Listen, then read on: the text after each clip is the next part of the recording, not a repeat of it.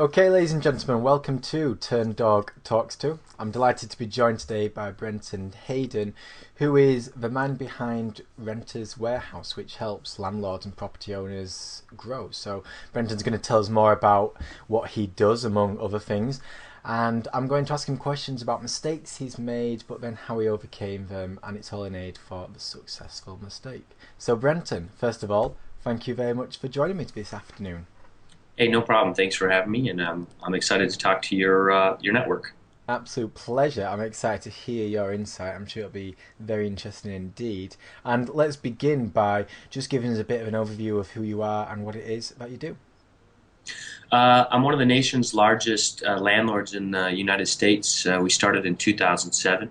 Our company is called Renters Warehouse, and we are dedicated to helping everyday homeowners and investors to help them rent and or manage their residential real estate. We do that by making our services a la carte. You can hire us just to lease the property. You can hire us just to manage the property. And then we got some really great innovation with respects to the services that we offer. And some of those are guaranteed rent products, property protection plans, eviction protection plans. These products were really designed to not only so that we could cater to just real estate investors, but we could cater to the everyday property owners that have some fear about renting with respects to, property damage and lost rent. So we can cater to the savvy real estate investor. We can cater to the person who has just one house, one townhome, one flat, one condo, and help them turn that into an investment property. Wow, and I'm imagining you've seen a bit of a roller coaster since you set up, because obviously around about 2008 was when property sort of crashed to an extent. But did you sort of feel those effects, or because you catered for around a wide variety of people, it wasn't so bad for you? Well, I was a member of one of the what we call the big three. There's three really large real estate firms in the U.S. Coldwell Banker, Remax, and some others. I was with Coldwell Banker, and my niche was to help everyday homeowners to buy their first investment property. And during that time, it was 2004, 2005, 2006. I would help them buy their house, and they would ask me to help them rent it as well. Well, about 2007, the market started changing. Closings weren't going through all the time. Banks were starting to fall, per se. And at that time, I had been doing about 35% property management and about 65% sales. Somewhere along the line in 2007, I made the choice to just focus on property management. Just a gut feeling, per se. It's also a lot easier financially. I found that I was really good at renting homes and managing homes. And as an agent, you struggle to get a deal a month or a couple deals a year and so on and so forth, where I was able to do many deals per month in leasing. That made the choice to focus on that more than anything. So I felt it in 2007, and that timing was really right. We got it just right, and as a result, we were one of the first companies into this space in Minnesota that catered to a large audience. And there was 5 companies in Minnesota alone that only did it, only 5. Now there are over 250 in Minnesota alone. And we're still the market leader because I think we got a jump start on the market by timing it well. So indeed, the market has changed, but I wouldn't say it has totally flipped on its head. It's gone from people who were banking on appreciation pre-2007 to what I believe are more savvy, more smarter investment is now cash flow based. And when the market changes, all I do is I kind of swap the type of clientele. It's really quite recession resistant to be in this industry, and I didn't know it getting into it, but I would say now being into it, really anybody I encounter could be a potential client one day, whether it's a young man who's going to rent his first house from me, a couple who's going to downsize or combine homes or relocate, to an older couple who's moving into a rental unit because they can no longer care for their home. The customer base is just massive. So we're not affected by trends as much. We just kind of have some bonus clientele, but really there's always this huge, strong base that keeps the industry very relevant, very sustainable. Nice. And it just goes to show, timing is such a key aspect of business. And if you see that market and you see that niche, and if you see something that you think you can do better than everyone else and before everyone else, then wow, it can make such a difference. And I mean, going from 5 companies to over 250 in the space of Yeah. 5 years that's insane. When I got into it, the biggest property management company had maybe 75 or 100 units under management. And now we're adding that and then some every single month Wow. under management, just at one of our locations, for example. It was just, it was rather a new industry that it was odd that it hadn't been uncovered yet. With the real estate industry being such a large part of everyday life, it was odd to find out that the everyday homeowner had no resource to go to unless themselves to lease or manage their rental property. And it was because it was not found to be profitable to cater to one person who had one house. Well, our model flipped that on its head, and we found a way to profit and deliver a great value proposition to our clients at the same time. Fantastic. I wish I would have said that I picked the timing just right, and then that I just had this crystal ball. But you don't always know that this is going to be the right industry. But what I did feel that there was a great demand, and I could feel that. People were constantly asking me to help them rent their property, and that I found it was so easy to do if you just knew how to do it or utilize technology. And the fact that that was easy and that so many people kept asking for me, I felt like I was filling a demand. How big that demand was, I didn't know yet, but it's turned into, in Minnesota and our franchise network wide will do over 10 million this year, and it's only our 6th year. And we have 3,500 units under management, and we're adding to that by about 200 units per month. So we're really on a great growth pattern here with really no slowing down ahead of us. And yeah, obviously, we're expecting in the coming years for the housing market to recover to an extent. How big, who knows? But it's certainly going to grow and grow, and I imagine that will sort of help matters. And the fact that you're growing across the nation, it's absolutely fantastic to see. And it can just start from that. Oh, there's a demand here, and I can offer a skill set. I can offer something of value. Let's see where it goes. Right. Yeah. Well, I can imagine you've come across quite a few obstacles and challenges over the years, because when you're going into a market that you know exists and it has, I suppose, case examples in the past, you're able to build around other people's mistakes, and you're able to look at things, see what works, what doesn't. And I suppose that's the flip side of being innovative and being a market trend. You're the one who's kind of taking those initial risks and making those. I can imagine you've come across a few obstacles and challenges along the way. So I'm hoping that you'll share a tale or two, something that you've maybe made a mistake along the way, how it turned out, and how it got you to where you are today. I did make a mistake, and I'll give a great example of that here in a minute. With respects to having something to work off of to go, you had mentioned people who start a business that already kind of exists. They have some other previous examples to learn from.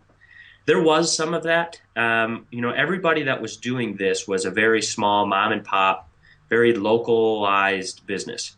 And so they at least had a base platform of what the business was, and in some acceptance by the community of that this service is in fact needed. What wasn't there was anybody doing it on a regional or a national scale. And that's what we decided the market was missing. And so we decided to come up with a national brand, a national value proposition. We became franchisable. And there was blue sky. That's where we had to kind of figure it out on our own and innovate. There was no such things as guaranteed rent programs or property protection plans or eviction protection plans. These were our responses to community, people's requests for additional services or most common complaints or most common problems that we couldn't solve. Here at our company, we have a regular weekly meeting. It's an hour-and-a-half meeting. We call it IDS. It's where we identify, discuss, and solve ongoing issues within the company or our community that how we can add as a company, add value to that. And that's where a lot of our innovation comes from. I didn't always have that great plan and that great meeting. One of the things that I made a mistake on early, and I have a new software company too, and I'm having to constantly remind myself of this this lesson I learned at Renters Warehouse, and that is don't be clouded by the big client, right? I had run into the big client a lot, and they wanted to do business with me, and I would give them whatever they wanted to get them in the door because it was, wow, you're a startup company, you got this big client, it's going to pay you a lot of money, and let's just do whatever they need us to do for them. And there was a couple things that I didn't do right there. One is I got too excited about the big top line and bottom line improvement that this big client could bring to the company. And I started losing sight of what the company was built on, and that was a proven process and a proven concept. When we started modifying that proven process to accommodate a big client, I often call it banana flavored lasagna. There's a great book out there called Rework, and they mention about banana flavored lasagna, and that is if you own a restaurant and everybody loves your restaurant, and one person comes in and all of a sudden wants banana flavored lasagna, are you going to add it to the menu, or are you're going to have to pleasantly say no and lose that one customer because they want banana flavored lasagna? Well, we were making banana flavored lasagna for our big clients. We were changing the way we were doing things just for them, and we weren't good at it when we took it out of our proven process. When we took it out of automated features we had and started to do it manually, we were letting down our big clients. We're making ourselves look bad, and because we had to reinvent a new proven process for a new way they wanted things done. No longer do we do that anymore. Big or small, you fit into our program. Our program is designed to work for the masses, and sometimes that leaves out the small niches. And, well, frankly, we like it that way.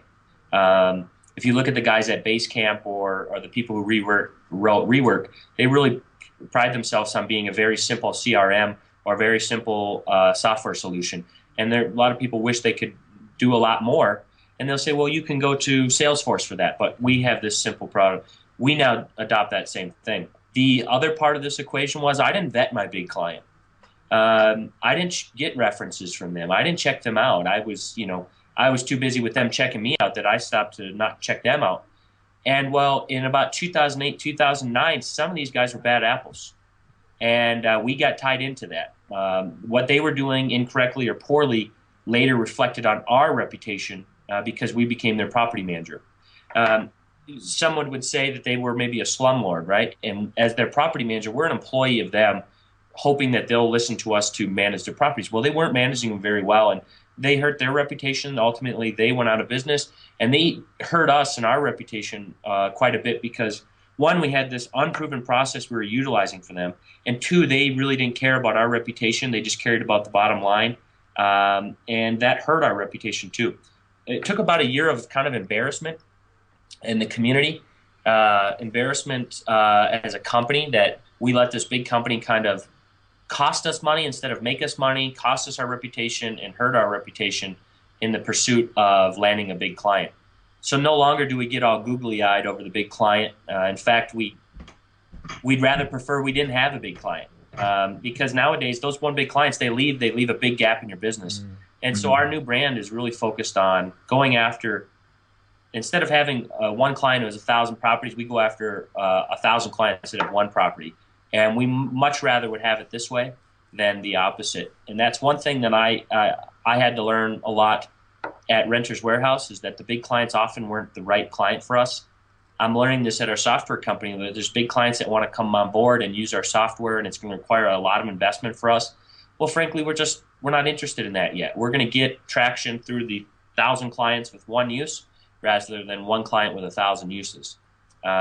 So I guess the ultimate lesson there is don't get googly-eyed over the amount of money and the big client and the stature that you think a big client can bring for you, and stay true to what made you attract them to begin with.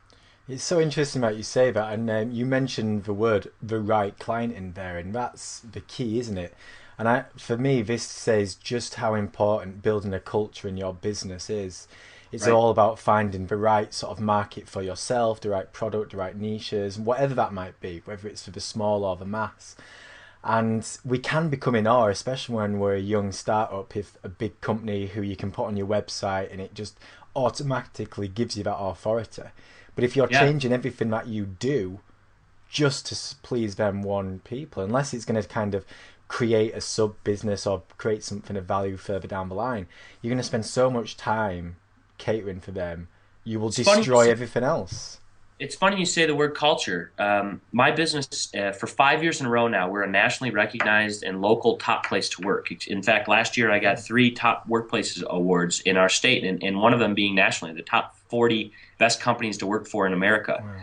And we got that during that time of this reign and where we had several big clients coming on board and we were kind of learning to adapt to their wants and needs, we harmed our culture.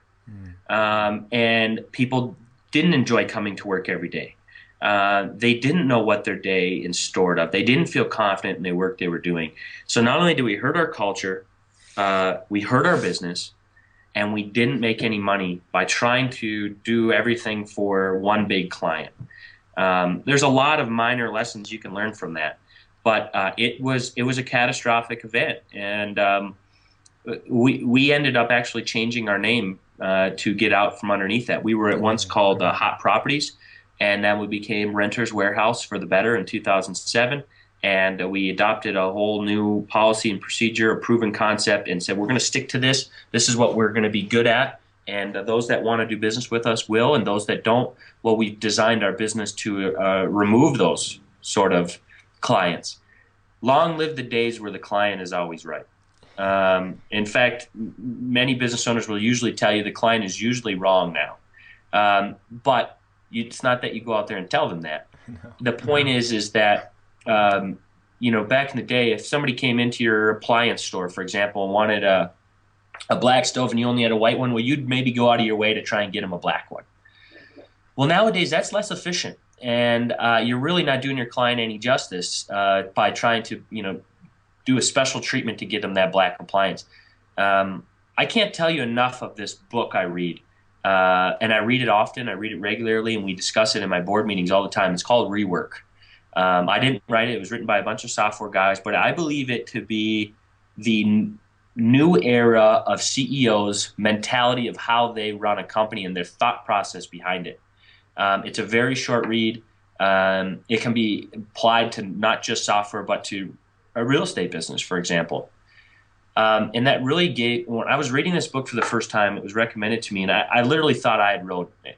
It was just everything that was in my head that I never put to words.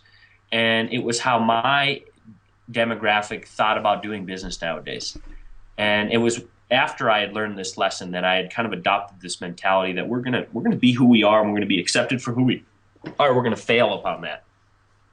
Well, staying true to our nature made us successful, but I didn't learn that lesson without that major mistake that cost me a lot of money, hurt our reputation, and ultimately we had to change the brand of our name. This was back in the day when you could get 100% financing on investment properties. You could lie about your income and do what's called no-doc loans. And these investors that we were working with were doing that. And then eventually 2 years later, the come to Jesus came, and they couldn't make their payments anymore. They shouldn't have been qualified to buy that property anyway. Granted, we had nothing to do with that. But these properties started going one by one into foreclosure, putting people on the streets. And here we are being the property manager that they only know of, and they don't know the actual owner of this property. You can imagine how people are getting uprooted from their homes and blaming this property management company that's really just trying to struggle to keep it together. And you can't always see those things coming, but there were red flags that we ignored with respect to this big client and how they were able to acquire so many properties so fast, and we just didn't care to care enough. Yeah, I mean, Now, it's so easy to just take your eye off the ball for a little while, isn't it? And I think that's always the risk when you're dealing with that big client who's got, that fame behind them. You start thinking, yeah, we need them on board, and you don't do your due diligence. You try and cater for them too much. But further down the line, if you get those bad associations because you don't know where they're going as a company, that can affect you. And obviously changing your name, it's not just the emotional heartache that brings, because you're actually changing a massive part of your company, but everything from letterheads and business cards need to replace to signage. Whenever you change a name and you're a fairly biggish company, it's always going to be somewhat fortunate investment. for us. We were a young company that had a good reputation. At the time, it was, as an angel investor, there's two types of companies. There's a company that exists without the founder, and there's a company that doesn't, right? At the time, this was a company that was more of a Brenton Hayden company than a Hot Properties company. Okay. And so I managed to maintain my reputation so that I could transfer that to another company that now has its equally or better reputation than myself. But this was when we were young enough, when we were 15 people deep, and the company was more me than that name. We were fortunate enough to be able to make that switch without a massive negative effect. You can imagine if a big company like Apple had to change their name. right? They're established, and you can't quite do that. But if a company you and I have never heard, if they change their name, it really doesn't shake up anything. No. And we're fortunate to be in that position and learn that lesson quickly. Learned it early on. I would say I actually learned that lesson 3 times before it really stuck with me that the big client is not going to work unless they fit into our box. And as an innovator, as an entrepreneur, I don't like telling people to fit into the box, but I've created this box as an entrepreneur to help the most people as I can possible, and not just one client who has the most opportunity for us. By ignoring that, I've been able to reach a larger audience, an audience that needs us more than that other one does. I personally think that's really when entrepreneurs stand up and are counted and they show what they're made of, because it takes a very brave person to say no to the big established organization and say, we love you, we would love you to be a client if you fit in this particular little box, this culture that we've created. To have you on board, though, it's going to mess up the culture. And like you say, once you've got the culture in part, you've now become one of the better places in America to work. And that's a huge thing. A big client's relatively easy to come by when you compare it to a positive culture in a workplace. Yeah. We have nearly 90 employees now, and that culture that we've created with 90 people where they're all so cohesive is very rare. A big client with 100 units or 1,000 units, well, they exist. That's easy to find. But to build and replace that culture is nearly irreparable once damaged. Yeah. And knowing what's important, your business, your life, your stress, your staff is far more important than the bottom line, in my opinion.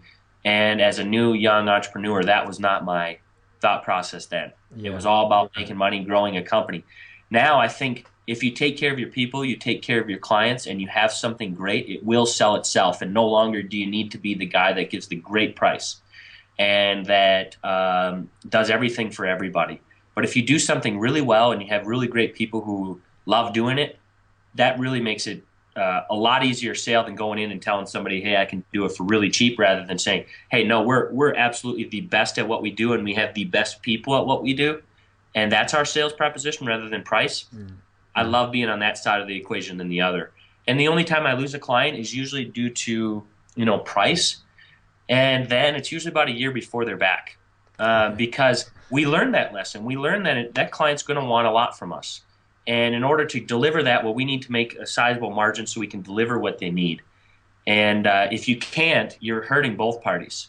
So really being true and understanding your business of, what your numbers are, what you can make off a client, what they're going to expect of you, and have a really good understanding of everybody's expectations involved, and not forgetting your people or your culture in that evaluation process is very critical. And you say it there, staying true to what you are as a business. And you've mentioned earlier that you're now, you've got a young software company, and I would have thought you're so much more confident going forward in creating that strong culture from the get, rather than taking a few years to get to that one of the best companies to work for. You'll be creating that culture from the get-go because you understand just how important it is. Find the culture, make sure we do what we do very well, find the right clients, and the rest will come. It may take a little bit longer without a big client, but it will come. As a franchisor now, I really get the value proposition of somebody going to a proven brand and concept and buying into it. You can still be very entrepreneurial. As a franchisor, I believe that really that's what a company brings to the table is I've ran over all these bumps in the road and jumped over all these hurdles, and I've learned all these life and business lessons so that you don't have to by buying into my brand. And that's really why I jumped into being a franchisor. As I said, man, even at my young age, I had experienced a lot of life and business issues that can make me a much better advisor to somebody to start their own business and shave stress and financial losses off their books and give them a shorter learning curve to success by having some of these life lessons. I'm translating that into my software company.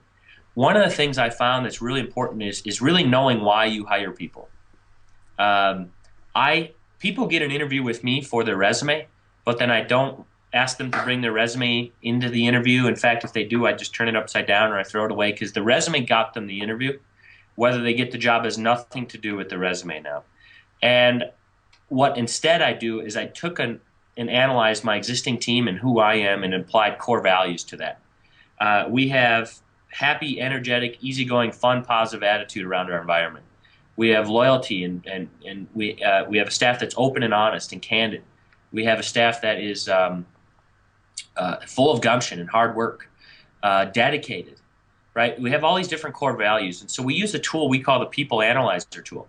As you can imagine, nowadays with the employment economy the way it is, when I put a job opening up, I get hundreds of applicants.